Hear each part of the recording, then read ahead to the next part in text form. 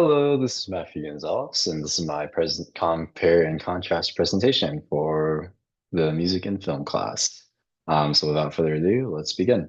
So for this for this presentation, I chose five films. For our oldest starting film, it's Casablanca, which is released in 1942, and then our oldest is going to be Inception, released in 2010. So 1942 to 2010, that's a 62-year gap. So fits the criteria. And then for the middle films, I chose To Kill a Mockingbird, Star Wars Episode 5, and then Forrest Gump. So jumping right into it for Casablanca. So this was developed in the early 1940s during the war years. So there were a lot of concert composers during this time. So, people who just made music for concerts. And some of those people got snagged on and asked to develop scores for films during the time. So for Casablanca specifically, it was scored by Max Steiner, who had a lot of experience in the concert realm. And this film was made in response to like Pearl Harbor and that whole shtick after the US joined the war. Um, and this was used as basically American propaganda in a good way, though, to garner support for, the Allies. So in the film, there's a lot of good use of diegetic and non-diegetic music, specifically source music, in terms of popular tunes that were used to amplify scenes. So during like various cavern or tavern scenes in Rick's Place, we see Sam performing Knock on Wood, or more or less the iconic As Time Goes By. We also, as time goes by, specifically, there's a cool scene where Sam's playing it for Rick, as Rick starts thinking about flashbacks with his time with Ilsa in Paris, where that diegetic music transitions into non-diegetic underscoring for those flashback scenes, which I think is pretty cool. There's also like national songs played, specifically the Wacht am Rhein for Germany and then the Marseillaise for France. I'm totally butchering these names, but these songs are played in specifically for the French in a display of patriotism, where when the Germans sing in Rick's Place, the French retaliate with their rendition of the national anthem. So that's a really cool use of French patriotism and showing that the Allies have, sort of a higher hope compared to the Axis at the time.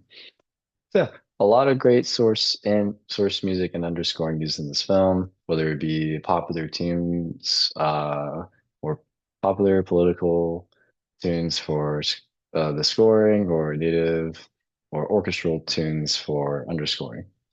Okay, to moving on to the 1960s, the tumultuous 60s. This was a period of way less music, and when there was music, the music was often used to associate moods and scenes in contrast to like developments of the plot. So for the 1960s, I chose To Kill a Mockingbird. So this was scored by Elmer Bernstein, and the story is seen through the eyes of Scout, Atticus's daughter. So we're seeing this for her POV. Because of that, the music is reflects this via, having that sort of innocent, optimistic, childlike view that Scout would have back in those days. So it's a lot of calm, sort of joyful music at times, but music is not used too often during the movie. There's a scene, the whole trial scene where there's no music at all, actually, which honestly I think amplified the scene a lot, just so the audience could pay attention accordingly to the trial scenes when Atticus is defending his client. In any case, so there's also when there is music used in the scene, there's the very one of the very last scenes during the Halloween night when Jem and Scout are attacked by, a mysterious man at the time who was later, um, what's the word? Basically, Boo Radley protects the children and, fends off the attacker. And in this scene, we hear Boo Radley's theme. So this theme was used by a small ensemble, and of course, it was used to reflect the mood of the scene. But in summary, for the whole film, yes, there's less music, but when there is music, it's used to associate the mood of the scene, and it's often played by a small orchestra. Okay, jumping 20 years into the future, this is during the period of the turn of classical score, late 1970s, and I chose the Star Wars Episode 5, The Empire Strikes Back. This was scored by John Williams, and you gotta give it a lot of credit to John Williams. He put a lot of effort into resurrecting the use of classical symphonies. So a lot of like large orchestras used to create very iconic symphonies for scenes within movies.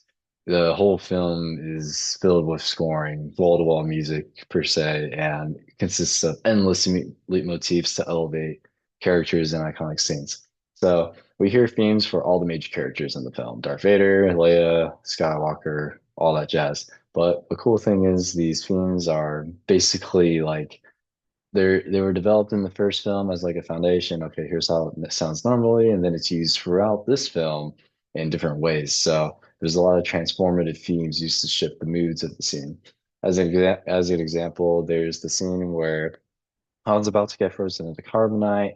He gives Leia a final kiss. We hear their lovers theme played in association with that before Han is quickly, you know, taken away and thrown into the carbonite, where we hear Darth Vader's theme, very prominent, very menacing, very dissonant compared to the lovers theme.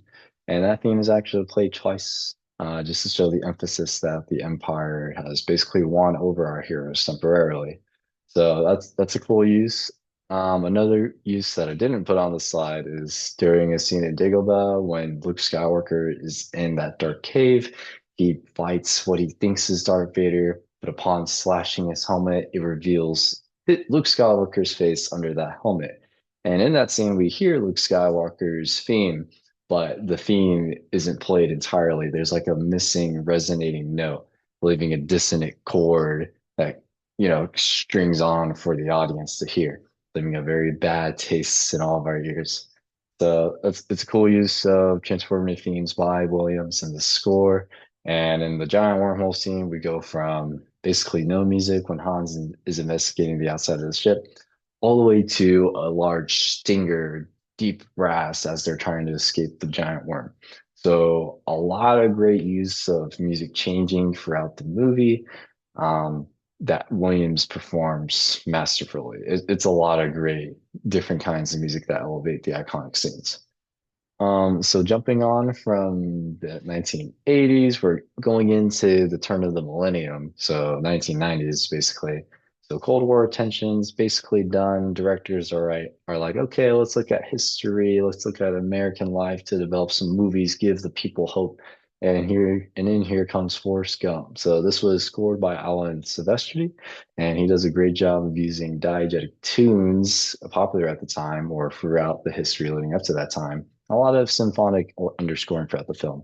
So for those diegetic tunes specifically, we hear Hound's Dog, Elvis Presley's song being played on the radio as Little Forrest dances to that beat, which later gives Elvis Presley his inspiration for his iconic dance. It's a very upbeat song with a very, very smooth rhythm.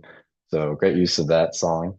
But then for the underscoring, it's being played by an orchestra, and it's basically saved for calmer scenes throughout the film.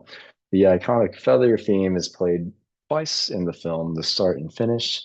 When Little Forrest first gets on the bus, and then at the last scene when Forrest is setting his son off the bus, we can hear the theme being associated with a floating feather, which the feather is interpreted as how Forrest Gump approaches life, just floating and seeing where that takes him. And obviously, it took him pretty far. So that's how the feather theme is used for underscoring. But then there's other uses of underscoring in terms of the themes associated with characters throughout the film. Specifically, there's the timbre of the piano, where we hear that chorus, and then there's strings that create a calmer melody with Jenny during her scenes. So yeah, a good combination of scoring and underscoring to amplify the film score. So pretty good. And then last but not least, we have Inception. So during the blockbuster fantasies era in the 2000s, basically the modern era, if you will. So this is when minimalism started to take hold. The film was scored by Hans Zimmer, and his use of scoring and underscoring is pretty dang good in this film. So again, minimalist symphony throughout the film. a lot of repetitive melodies used by dramatic, intense strings and brass and all that. And there's also some use of like, futuristic instruments as well, like an electric guitar and synthesizers, really emulating the fact that it is the modern era. So yeah. And there he also uses like different tempos throughout the different dream levels, which is really cool. It's like a kind of a diegetic use of non-diegetic music, if that makes sense. Like it really plays well into the film. But the best use of diegetic music in the film is the French song, which I'm not going to try to pronounce the name, is used to awaken characters from the different dream states of the levels. And this really takes a hold during the final scene of the movie where all the dream levels come crashing down based on that one use of music. So yeah, a lot of good minimalist music used throughout this film. And in summary, from the Warriors, we have orchestral scoring and underscoring to accompany scene developments. We transition into the 60s. We basically what I learned is like we start with orchestral music, scoring and underscoring for scene plot lines, right? And then we transition into less music, but it's associated with like the mood of the scene. And then we take a switch kind of in the other direction where it's like, okay, now we're going to use classic symphonies to associate with like themes and emotions for characters in various films in the 1970s. So back to more underscoring. And then we kind of do a full circle moment where we have, okay, now we have popular and orchestral films, diegetic and non-diegetic in the film. So it kind of goes full circle from my perspective. And then the 2000s, it really does a good job of like just honing it in and like, amplifying the best parts of it. So that's what I learned throughout this whole project. And I'd like to thank you, Dr. Slater, for making this experience a good one. I've had a lot of fun with your class. I'm doing an internship right now, but even then, I've been able to manage everything. So I have you to thank for that. So yeah, hope to finish strong, and I will talk to you later. See ya.